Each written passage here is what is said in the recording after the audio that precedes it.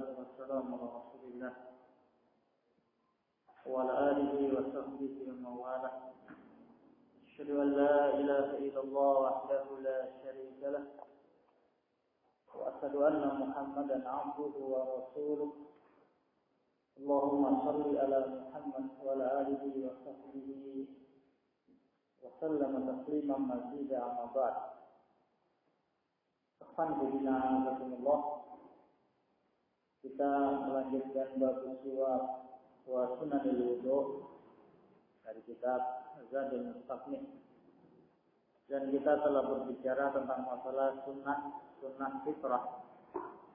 Kemudian kita masuk di poin setelahnya, mu'allif rahimahullah berbicara masalah sunnah wudu, sunnah dalam berwudu.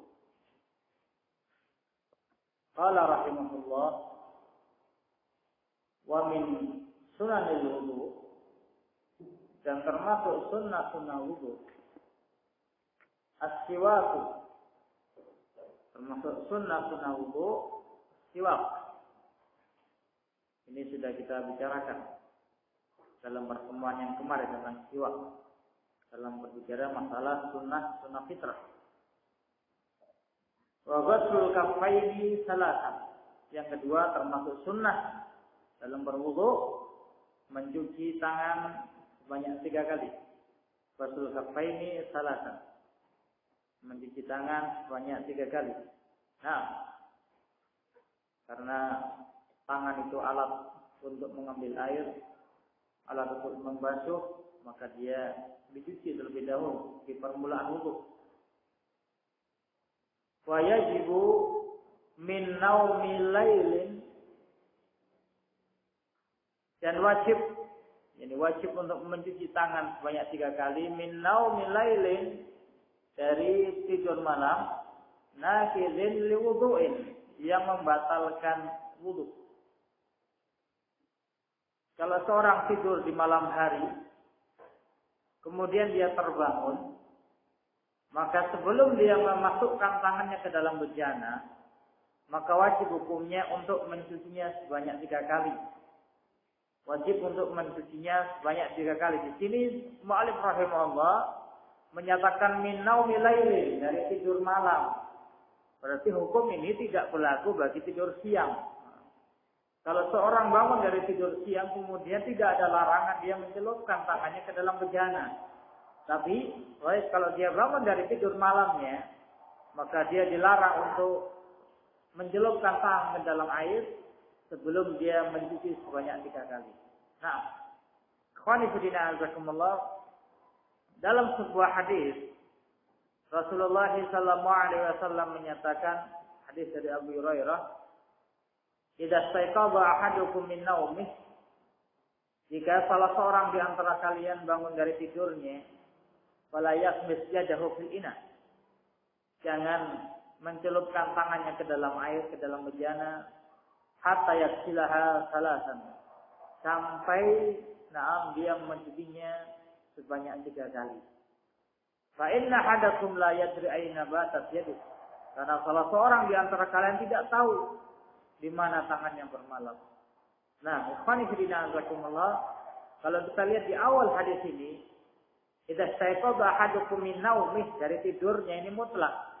Semua tidur, baik tidur siang maupun tidur malam. Tapi di akhir hadis ini beliau sebutkan ilahnya. Fa inna ahadakum la yadri aina batat yadu. Aina batat yadu. Batat bukan bermalam. Bahwasanya ini hanya khusus bagi tidur malam. Baik, sehingga ikhwan fillah azakumullah, sebelum berwudu disunahkan mencuci tangan sebanyak 3 kali sampai pergelangan tangan. Kalau dia bangun tidur malam, wajib hukumnya untuk mencuci tangannya. Nah, dibedakan antara tatkala dia wudu dan tatkala dia bangun tidur. Kemudian, beliau sebutkan tidur yang nakid lil wudu'i, tidur yang membatalkan wudu. Sehingga pendapatnya mu'allif, tidur itu sebagai pembatal wudu. Tidur itu sebagai pembatal wudu.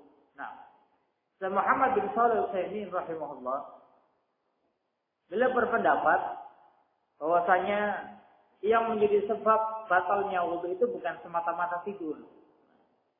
Yang membatalkan wudu itu bagi tidur-tidur yang sampai tidak merasa apa-apa yang terjadi pada dirinya. Maka itu tidur yang membatalkan wudu. Kalau dia masih terasa apa yang terjadi pada dirinya, nah maka dia tidak membatalkan wudu. Ini ikhwani fillah azakumullah. Baik. Kemudian minas sunnah juga termasuk sunnah dalam berwudu wal bada'atu bimadmadatin summa stansaq.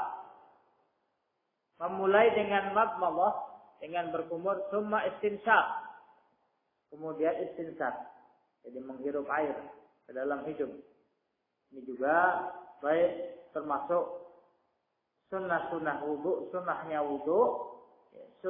wudu memulai baik dengan berkumur.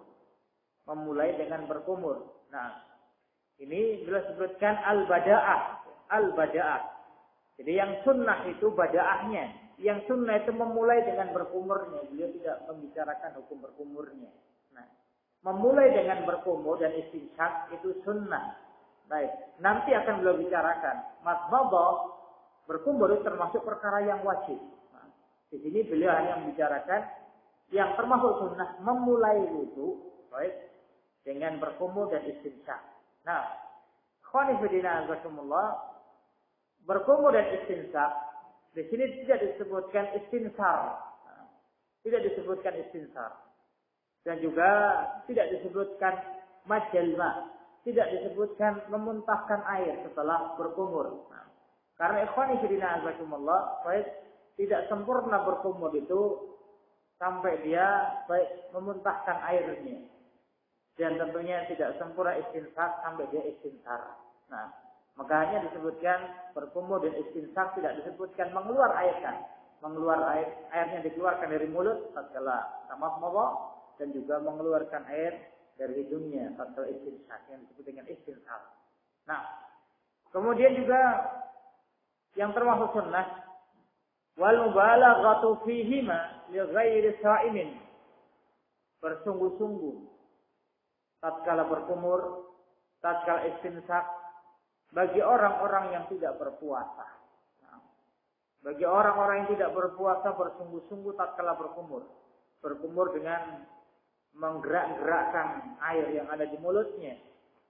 Baik, dan juga tatkala istinsaq menghirup airnya dalam-dalam selama dia tidak berpuasa. Ini termasuk sunnah. Sebalik fil istinsaq illa an takuna sha'iman, kata Rasulullah.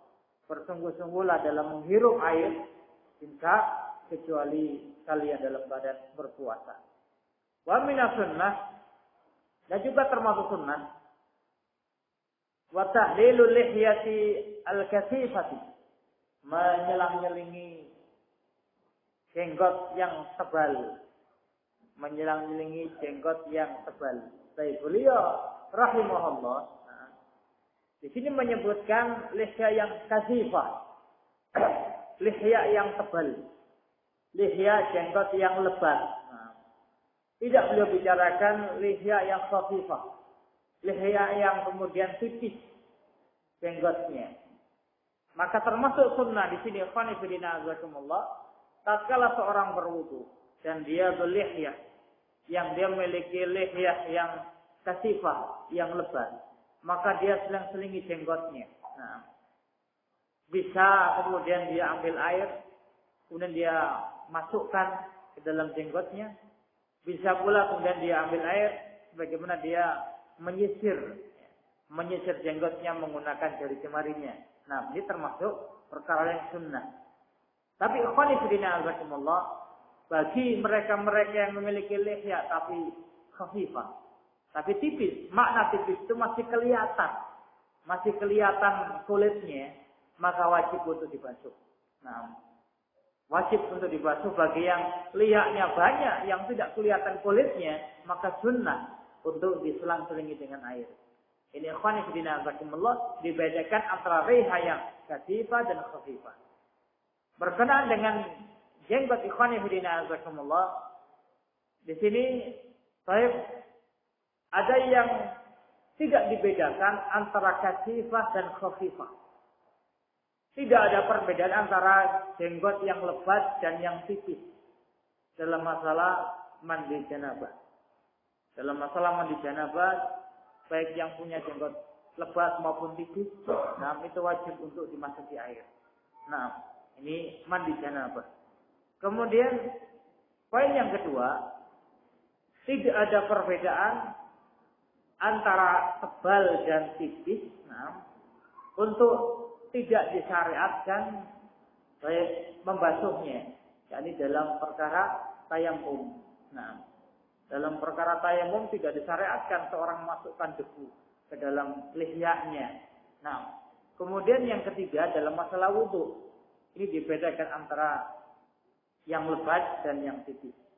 Bagi jenggot yang lebat sunnah untuk diselang-selingi dengan air. Nah, bagi yang tipis maka wajib untuk dibasuh dengan air.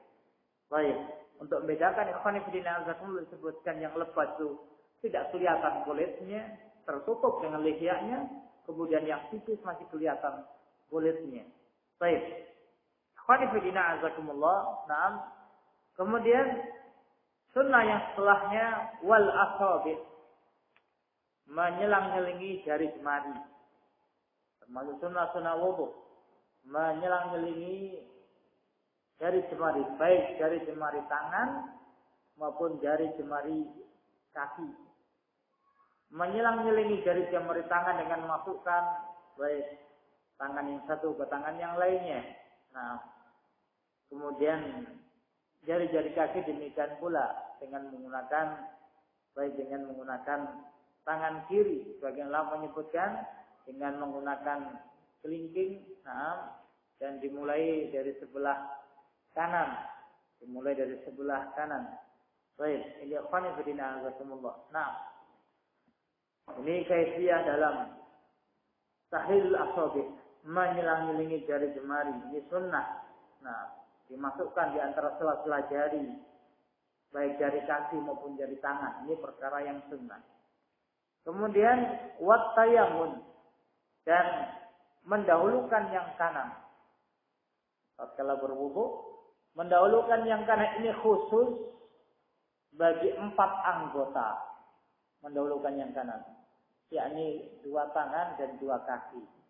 Nah, didahulukan tatkala membasuh tangan yang kanan, kemudian tangan yang kiri. Tatkala membasuh kaki, didahulukan kaki yang kanan, kemudian kaki yang kiri. Adapun anggota wudu yang lainnya tidak disunahkan untuk mendahulukan yang kanan. Nah, tatkala seorang berkumur, ini tidak bisa karena terlebih dahulu. Nah, tatkala seorang mengusap kepalanya, ini juga tidak disunahkan mendahulukan yang kanan terlebih dahulu. Tatkala mengusap kedua telinga, ini pun tidak disunahkan kemudian mendahulukan yang kanan baru yang kiri. Nah, mendahulukan yang kanan yang termasuk sunnah, ini khusus bagi kaki dan tangan. Nah, anggota yang lainnya, baik, ini berbarengan. Sehingga ikhwan fillah azakumullah, kecuali kalau seorang berwudu menggunakan 1 tangan.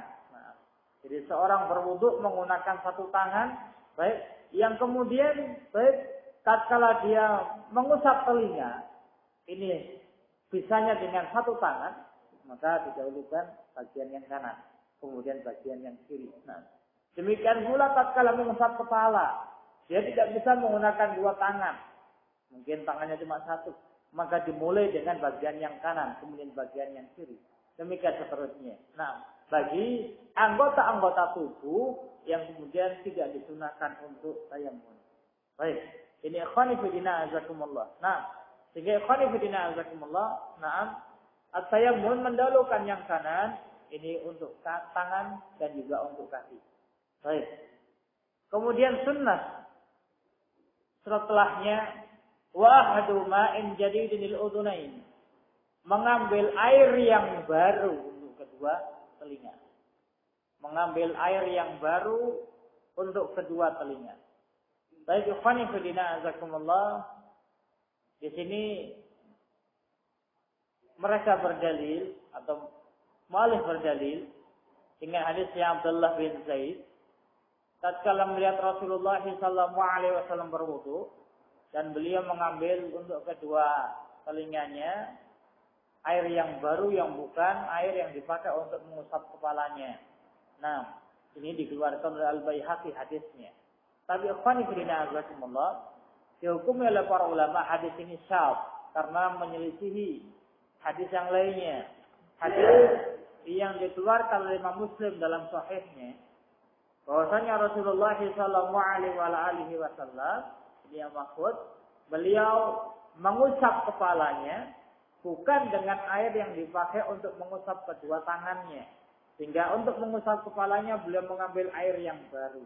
Nah, sehingga ikhwani fillah azakumullah, Ibnu Qayyim al-Jauziyah rahimahullah beliau sebutkan dalam Zadul Ma'ad, nah, tidak ada hadis yang sabit, tidak ada hadis yang sahih yang menunjukkan bahwasanya Rasulullah sallallahu alaihi wasallam mengambil air yang baru untuk mengusap kedua telinga beliau. Beliau tatkala mengusap kedua telinganya menggunakan air yang dipakai untuk mengusap kepala beliau. Nah, ini ikhwani fillah azakumullah. Sehingga pendapatnya mu'allif yang menyebutkan termasuk sunnah tatkala mengusap telinga mengambil air yang baru, ini pendapat yang dhaif. Ini pendapat yang lemah. Nah, ini ikhwani fillah azakumullah. Kemudian sunnah yang paling akhir dari sunanil wudu wal ghaslatu tsaniyah wa tsalitsah. Basuhan yang kedua dan basuhan yang ketiga. Nah, basuhan yang kedua dan basuhan yang ketiga ini sunnah. Berwudu itu yang wajib sekali basuhan. Faghsilu wujuhakum wa aydiyakum ilal marafiq ila akhirih, itu sekali basuhan. Basuhan yang kedua dan yang ketiga hukumnya sunnah. Nah, yang kedua dan yang ketiga hukumnya sunnah. Kalau lebih dari itu hukumnya makruh. Nah, ini mereka-mereka yang berlebihan dalam berwudu. Baik, ini ikhwan fillah azakumullah. Sehingga ini perkara-perkara disunnahkan tatkala berwudu. Yang pertama bersiwak. Nah, kemudian yang kedua mencuci tangan sampai pergelangan sebanyak 3 kali. Sunnah hukumnya tatkala berwudu. Wajib hukumnya tatkala bangun dari tidur malam. Kemudian mengawali dengan berkumur dan istinsaq. Kemudian bersungguh-sungguh tatkala berkumur dan istinsaq, kecuali dalam keadaan berpuasa. Dan juga menyilang-nyilingi jenggot bagi jenggot yang tebal dan wajib membasuhnya bagi jenggot yang tipis. Demikian pula menyilang-nyilingi jari jemari tangan dan kaki. Kemudian mengawali dari sebelah kanan. Dan yang paling akhir, basuhan yang kedua dan yang ketiga. Adapun mengambil air yang baru bagi bukan termasuk sunnah fil wudu. Baik, ini ikhwan fillah azakumullah. Kemudian bila masuk bab furudil wudu'i wa sifatih. Bab kewajiban wudu dan sifat-sifatnya. Sifat wudu'nya. Nah, dalam bab ini ikhwan fillah azakumullah, beliau bawakan apa yang wajib dibasuh tatkala wudu setelah beliau sebutkan perkara yang sunnah. Kemudian anggota mana yang dihukumi wajib tatkala berwudu dan bagaimana sifat wudu yang benar yang dicontohkan oleh Rasulullah sallallahu alaihi wasallam. Qala rahimahullah,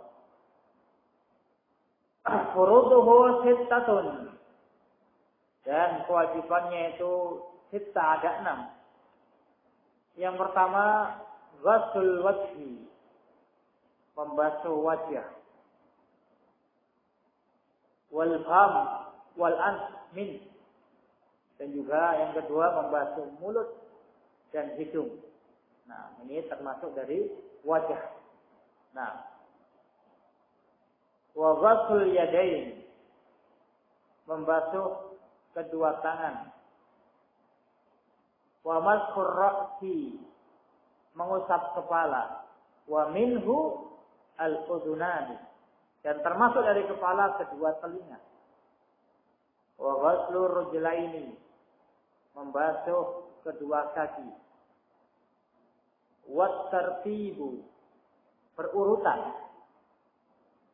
Wal muwalatu, dan muwalat. Nah, berkesinambungan, berkelanjutan. Wahia, kata beliau menafsirkan muwalat, alla yu'akhkhira ghusla ghuswin, tidak mengakhirkan pembasuhan anggota wudu hatta yang sifal ladzi qabla, sampai kering anggota yang sebelumnya. Nah, jadi makna mualaf itu membasuh anggota setelahnya, tidak sampai anggota sebelumnya sudah kering dari air wudu. Nah, sehingga masih basah itu berlanjut membasuh anggota setelahnya. Baik. Ini perkara-perkara yang diwajibkan baik di dalam berwudu. Yang pertama, ghusl wajh, membasuh wajah. Nah, ini ma'ruf dalam surat Al-Maidah ayat yang ke-6, ayatul wudu. Nah, Allah sebutkan ghsilu wujuhakum, dan cucilah wajah-wajah kalian. Yang kedua, al-fam wal anfi, mulut dan hidung. Ini termasuk dari wajah. Nah, tadi kita sebutkan perkara sunnah itu bada'ah, mengawali dengan berkumur. Nah, hukum berkumurnya sendiri itu perkara yang wajib. Nah, karena membasuh wajah itu wajib, maka berkumur dan istinsaq karena termasuk anggota yang ada di wajah, maka keduanya wajib. Baik. Kemudian wa ghusl yadain, yang kedua. Nah, mencuci tangan ilal marafiq, sampai siku. Wa aydiyakum ilal marafiq, kata Allah. Dan kedua tangan kalian sampai ke siku. Wa ghusl yadain. Kemudian wa masfur ra'si, mengusap kepala. Baik. Setelah disebutkan ghuslun, ini mashun. Perbedaannya kalau ghuslun itu tangannya masih ada airnya. Kalau mashun sudah enggak ada airnya, dia tinggal diusap. Nah, ini perbedaan mencuci dan mengusap. Baik. Maka untuk kepala, untuk rambut di sini, baik, yang disyariatkan, nah, itu mengusap, nah, bukan mencuci. Kalau orang mencuci itu tangannya penuh dengan air kemudian ditumpahkan di kepalanya, itu mencuci. Nah, kalau mengusap tangannya hanya basah, nah, kemudian diusap di kepalanya. Baik. Sehingga ikhwan fillah jazakumullah, nah, ada beberapa pendapat para ulama, nah, tentang masalah mengusap kepala. Bagaimana hukumnya kalau seorang itu mencuci kepala, bukan mengusapnya? Tatkala dia berwudu mengambil air, nah, satu mud, kemudian ditumpahkan, dituangkan di atas kepalanya. Nah, sebagian para ulama ada menyatakan tidak sah. Nah, karena dia menyelisih apa yang diperintahkan oleh Allah dan Rasulnya. Karena yang diperintahkan adalah famsahu. Nah, usaplah, bukan waghsilu, bukan cucilah. Ini ikhwan fillah jazakumullah. Nah, baik. Kemudian dia ada berpendapat sah kalau dicuci. Karena Allah Subhanahu wa taala merintahkan mengusap itu takhfifan lahum, untuk meringankan bagi umat ini. Nah, sehingga kalau umat mengambil yang berat dengan cara dicuci, nah, itu tetap sah. Nah, ini Allah perintahkan yang ringan. Karena ikhwan fillah jazakumullah, kalau kemudian dicuci kepala itu, ini berat bagi orang-orang yang mungkin rambutnya panjang. Setiap sholat 5 waktu dia basah semua rambutnya. Nah, ini perkara yang berat. Sehingga sebagian ulama menyatakan tetap sah kalau dicuci karena itu takhfif. Nah, ini ikhwan fillah jazakumullah. Nah, ada sebagian yang berpendapat makruh hukumnya. Nah, kalau seorang rambutnya itu dicuci bukan diusap, baik, hukumnya makruh karena dia menyelisihi apa yang dicontohkan oleh Rasulullah sallallahu alaihi wasallam. Baik. Kemudian wa minhu al-udhunan, dan termasuk dari kepala itu kedua telinga. Mengusap telinga itu perkara yang wajib. Nah, karena disamakan hukumnya dengan mengusap kepala. Nah, disamakan hukumnya dengan mengusap kepala. Al-udhunan minar ra'si. Kedua telinga itu termasuk bagian dari kepala. Kemudian wa ghusl rijlain, dan mencuci kaki. Nah, mencuci kaki. Baik. Wa arjulakum. Nah, wa arjulakum. Baik. Ini hanifidina azakumullah, bagian yang menyatakan wa arjulikum. Nah, dan ada yang baca wa arjulakum tentang al-tafnya. Wamsahu di ru'usikum. Nah, kalau orang-orang Rafidah wa arjulikum. Nah, dan diusap juga bagian kakinya. Baik. Dal ataunya waksilu. Baik, ataunya cucilah. Nah, dan kaki kalian itu cucilah. Nah, wa arjulakum ilal ka'bain. Nah, ini qanifidina azakumullah. Baik.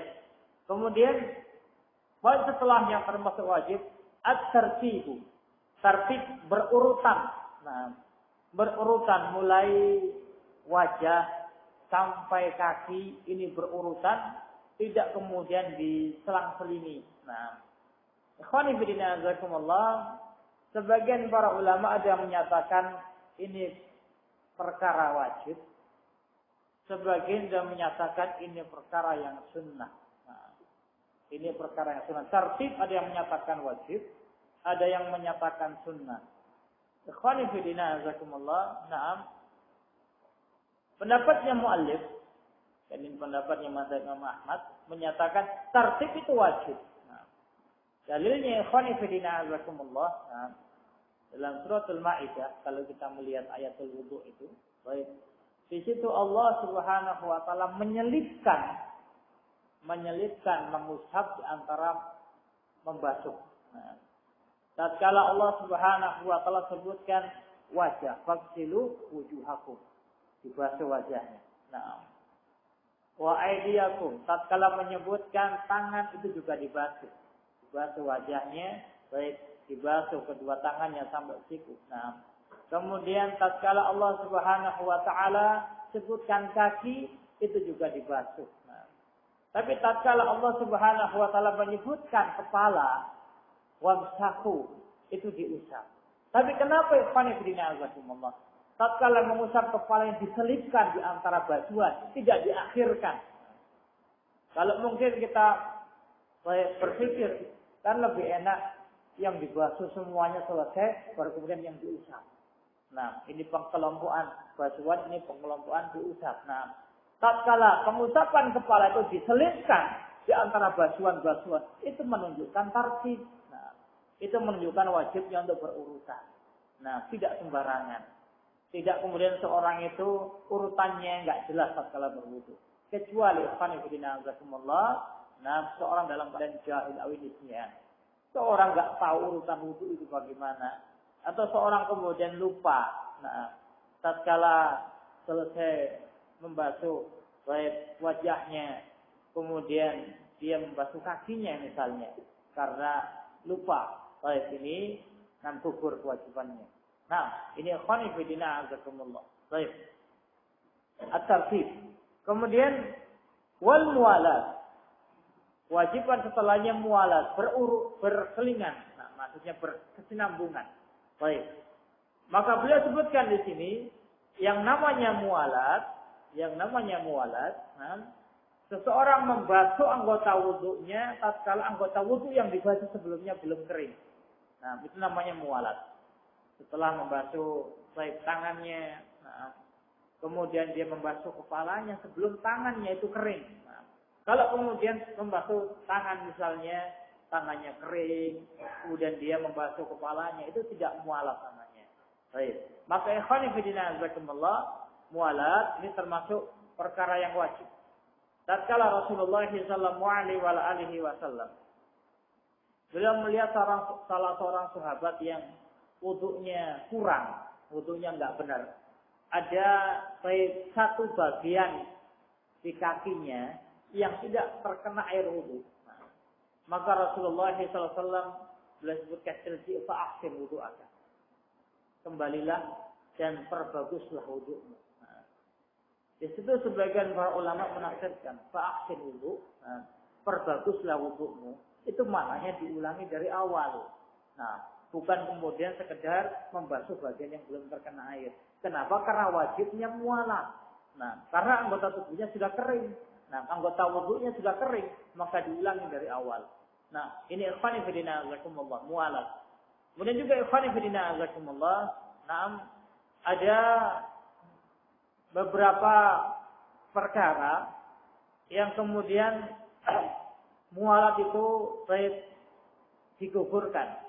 Nah, mualat itu digugurkan, yakni sah wudunya seorang tatkala tidak mualat. Misalnya ikhwan fillah azakumullah, perkara-perkara yang berkaitan dengan masalah thaharah, dengan masalah wudu. Misal, seseorang berwudu, nah, tatkala membasuh tangan kanannya, kemudian airnya habis. Nah, kemudian dia mencari air, baru ketemu, tatkala tangan kanannya ini sudah kering. Nah, maka dia tidak mengulangi dari awal. Nah, dia melanjutkan membasuh tangan yang kiri. Nah, ini digugurkan mualat dengan sebab thaharah. Nah, ini pengecualian. Atau juga ikhwani fillah azakumullah, tatkala dia membasuh kakinya. Nah, ternyata di kakinya itu misalnya ada penghalang wudu. Nah, ada najis atau semisalnya. Mungkin ada cat atau yang semisalnya. Kemudian dia kering. Dia basuh kakinya kemudian dia hilangkan. Nah, dia hilangkan tatkala hilang, baik. Kakinya yang kanan sudah kering. Nah, jadi kaki yang kiri itu ada catnya. Setelah kanan dia basuh, tatkala dia membasuh kaki yang kiri ternyata ada catnya. Dia kering, nah, sampai hilang dan ternyata kaki yang kanan yang sudah dibasuh itu sudah kering. Nah, maka ini langsung dilanjutkan kaki yang kiri. Ini diperbolehkan. Disebut kalau Muhammad bin Shalih Al-Utsaimin rahimahullah dengan syarat. Perkara-perkara yang menghalangi mualat itu perkara-perkara yang berkaitan dengan thaharah, berkaitan dengan wudunya. Nah, kalau misalnya ikhwani fillah azakumullah, baik, seseorang yang kemudian tersibukkan dengan perkara yang lain yang tidak ada kaitannya dengan thaharah, maka dia harus mengulangi dari awal. Misal, setelah dia membasuh kaki yang kanan selesai, mau membasuh kaki yang kiri, ternyata dia melihat pakainya ada najisnya. Pakaian dia ada najisnya. Kemudian dia cuci pakaiannya, hilangkan najisnya. Sampai hilang najisnya, baru kemudian dia membasuh kaki yang kiri, maka tidak sah, harus dari awal. Nah, karena setelah dia menghilangkan najis, tidak ada hubungannya dengan thaharah. Tidak ada hubungannya dengan wudunya dia. Nah, itu perkara yang lainnya. Baik. Atau kalau kemudian dia mencuci, mengusap kepalanya, kemudian dia ngobrol sama teman-temannya. Nah, kemudian berlanjut. Baik, ini mengulangi dari awal. Nah, karena tidak ada hubungannya dengan thaharah. Nah, ini ikhwan fillah azakumullah.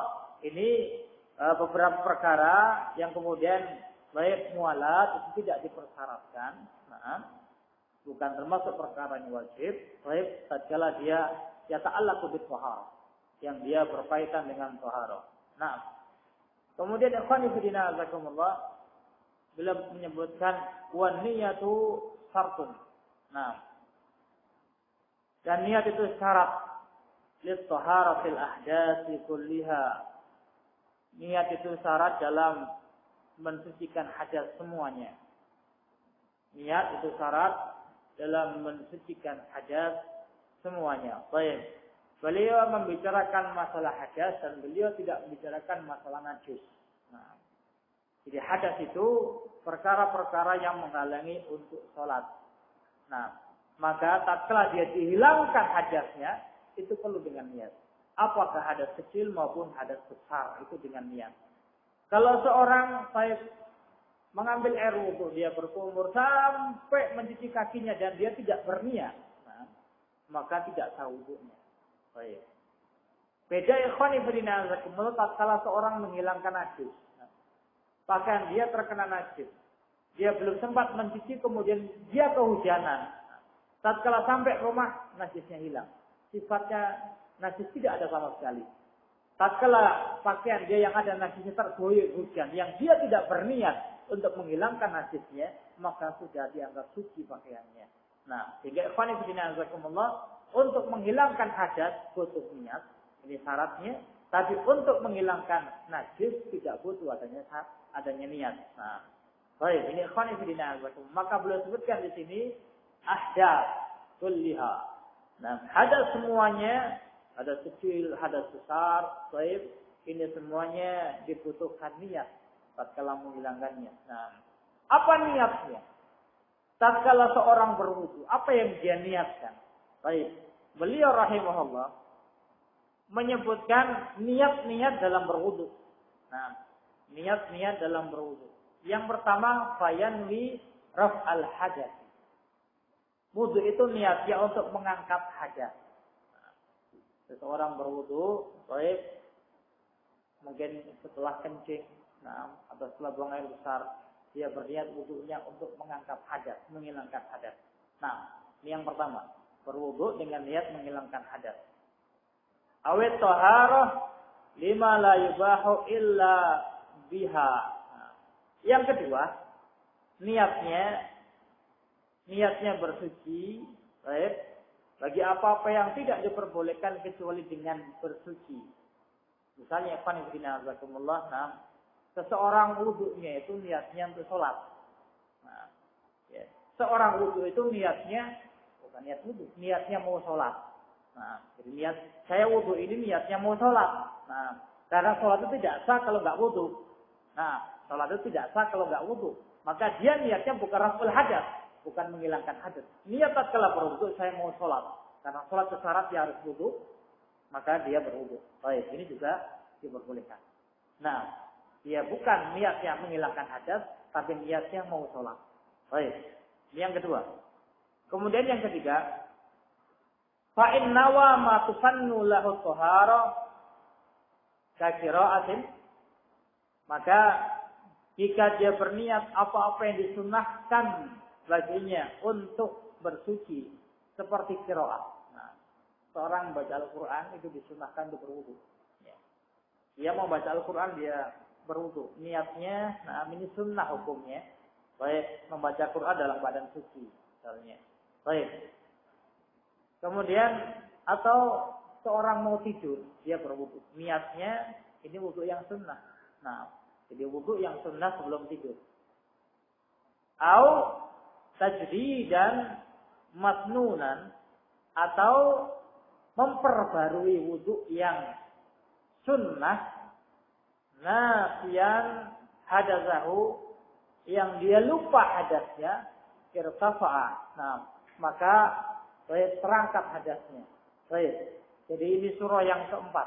Maknanya, seseorang tatkala sudah berwudu, kemudian datang waktu sholat setelahnya, disunahkan bagi dia tajdidul wudu, untuk memperbarui wudu. Nah, misalnya seseorang sudah wudu, kemudian sudah sholat, kemudian datang waktu sholat, kemudian dia berwudu. Nah, dia wudunya niatnya tajdidul wudu, niatnya dia memperbarui wudu. Nah, dalam keadaan dia lupa, bahwasanya wudunya dia itu sebenarnya sudah batal.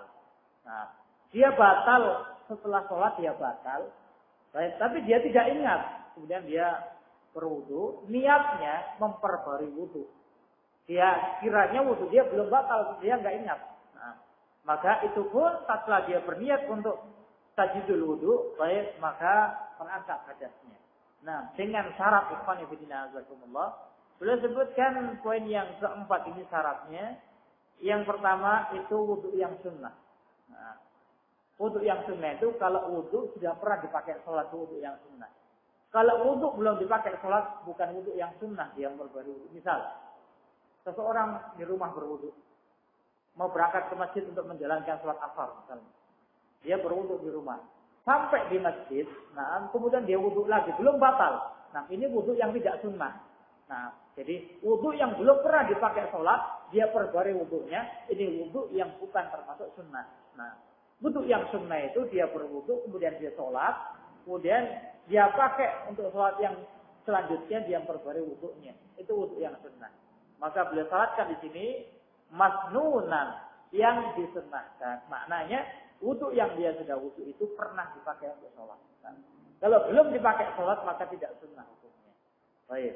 Kalau seorang berwudu, kemudian wudu lagi belum dipakai sholat, baik, maka niat yang demikian ini tajdidul wudu, niatnya enggak sah. Nah, wudunya enggak sempurna, enggak sah. Baik. Yang kedua, ikhwan fillah azakumullah, dalam keadaan dia lupa. Nah, dalam keadaan dia lupa. Kalau dia ingat tadi batal, tapi niat dalam wudunya memperbarui wudu, maka wudunya enggak sah. Nah, jadi kalau kemudian seorang tahu wudunya tadi itu batal, tapi kemudian dia memperbarui wudunya dengan niat ini menjalankan wudu yang sunnah. Karena kalau sholat lagi itu sunnah untuk wudu, maka wudunya tidak sah. Nah, karena mestinya wudunya dia itu berniat untuk mengangkat hajat karena dia hajat. Nah, orang yang hajat tapi niatnya dalam wudunya itu wuduk yang sunnah, maka nggak sah wudunya, salah niat. Nah, innamal a'malu binniyat. Nah, jadi ikhwan fillah rahimakumullah, kalau kita itu berhajat, maka wudunya, niatnya raful hajat, mengangkat hajat. Kalau kita tidak berhajat, nah, setelah wudu, sholat, kemudian mau sholat lagi, berwudu, niatnya tajdidul wudu, memperbarui wudu, bukan raful hajat. Baik, ini ikhwan fillah rahimakumullah, mahallun niat, insyaallah taala akan kita lanjutkan dalam pertemuan yang akan datang. Baik, beliau masih berbicara tentang perkara-perkara yang berkaitan dengan masalah an-niyah dalam berwudu. Baik, wallahu a'lam. Sallallahu alaihi Muhammadin wa alihi wa sahbihi